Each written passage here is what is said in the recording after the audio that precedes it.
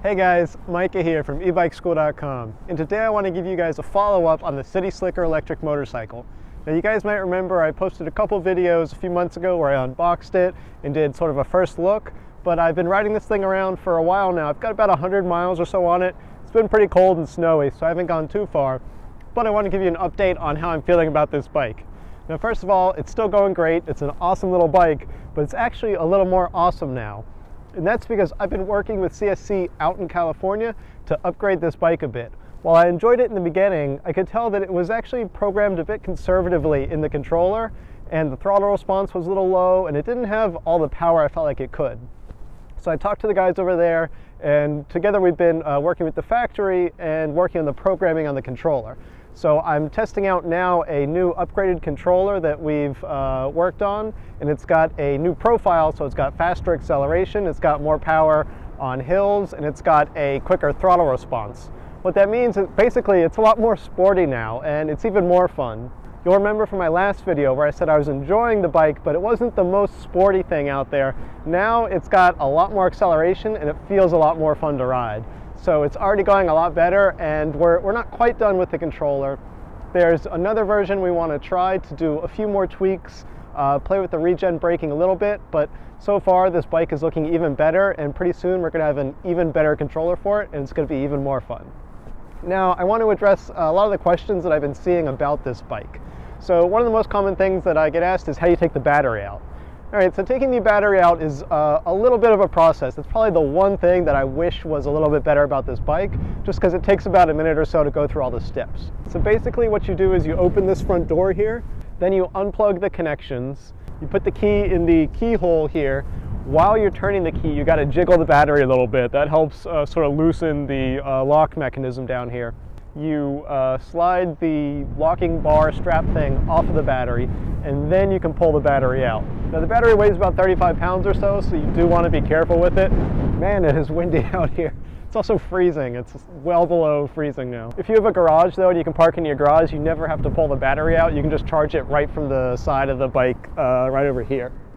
So it's going to be a lot more convenient for you if you have like ground level charging. For me in an apartment, I just take the battery out and I carry it up with me. Another thing I get asked a lot is about do you need a motorcycle license? So in most places, yeah, you are going to need a motorcycle license to ride this. It goes up to about the mid 40s or so miles per hour, and in most places that's above the level of like a moped license or something you can ride with the normal driver license. Now in most states, I think you can get a motorcycle permit with just a written test, which is pretty simple.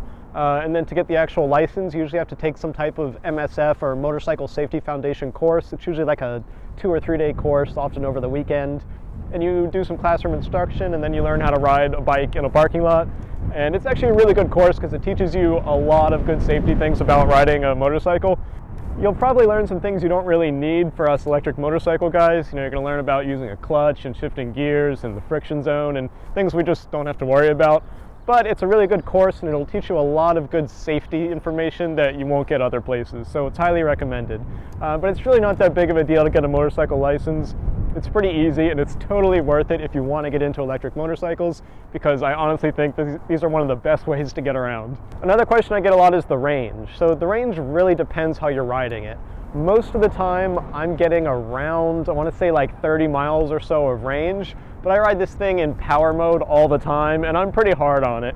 If you're riding in more urban scenarios and you're going a bit slower, and especially if you put it in eco mode some of the time, you're going to get more range. Some guys are getting into the 40 miles, but for me I get about 30 miles because I push it really hard. Another question I get is about power, things like hill climbing and that sort of thing. For me, the hill climbing was pretty good in the beginning, but now it's great with this new controller on it. And I can't say enough good things about this. I just fly up the hills now, and it's been a really fun bike to ride. Anytime I'm at a green light or a red light that turns green, I just zoom off ahead of the cars.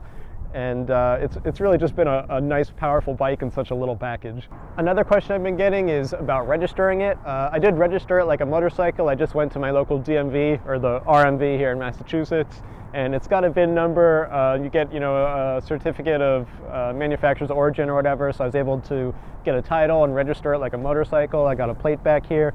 The whole process was really simple.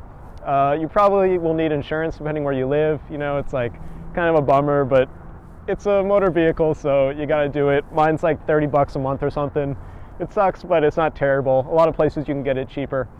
Massachusetts is not the cheapest state to be in. Another question is about charging time. I think from empty, the battery takes about 6 hours or so to charge, which is a decent amount of time, but the battery's never going to be empty because that means you ran out somewhere and you had to like walk home.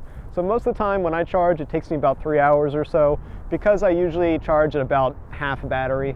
And again, like if you have a garage or something, you'll just charge it each time that you pull in, you know, once you get home from work or from the store or wherever you've been. So charging has never really been an issue. You could probably get an upgraded charger. That's another thing I'm going to look at, because the charger is just a standard 72 volt lithium ion battery charger. But for me, 3 hours or so for most charges has been fine.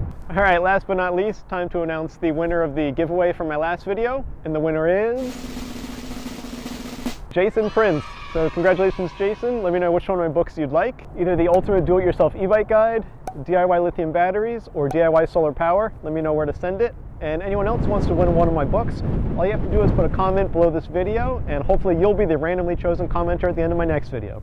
Lastly, just to address what Jason had said regarding the electric conversion I'm doing to that old Honda Cub motorcycle. A lot of people have been suggesting I put batteries in the tank on it, and while that would be a great idea and I considered it, the tank is actually sort of a two-part tank that straddles the frame member in the middle. So you've got two narrow sections on either side, which is great for liquid fuel to fit in, but solid batteries, you wouldn't be able to fit a lot in there. So unfortunately, that's not going to work for the batteries. Quick follow-up for people that are following my electric conversion project. I have ordered the motor. I'm going with a 5 kilowatt peak QS motor that's going to be a rear hub motor.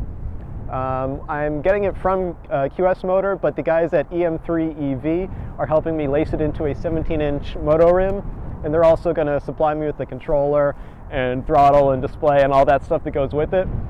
So a big thank you to the guys at EM3 EV. I always try to buy parts from them when I can, just because I really support what they're doing. It's run by Paul Lynch, who is a British expat, so you get this awesome combination of Western service and Eastern prices because they are located in China. So it's just been a really good vendor that I always try to buy from when I can. So I highly recommend it. They're at em3ev.com. They also don't sponsor me in any way. You know, I buy my parts from them, and I just like recommending them when I can. Another couple shout outs. Ben Moore is one of the guys that has been great for asking questions on Facebook. He actually did a conversion of another type of Honda Cub, and so it's not quite the same as mine, but he had some good tips for me on working with that rear swing arm, so I appreciate that, Ben. His build looks awesome, by the way. And then also to Matthew from Shanghai Customs, who has a really cool kit for converting those old Honda Cub, sort of like moped scooter styles. It unfortunately doesn't fit mine because mine's the Sport Cub, but he's also been just a really good resource and happy to let me bounce questions off of him because he's converted a bunch of these old Honda Cubs.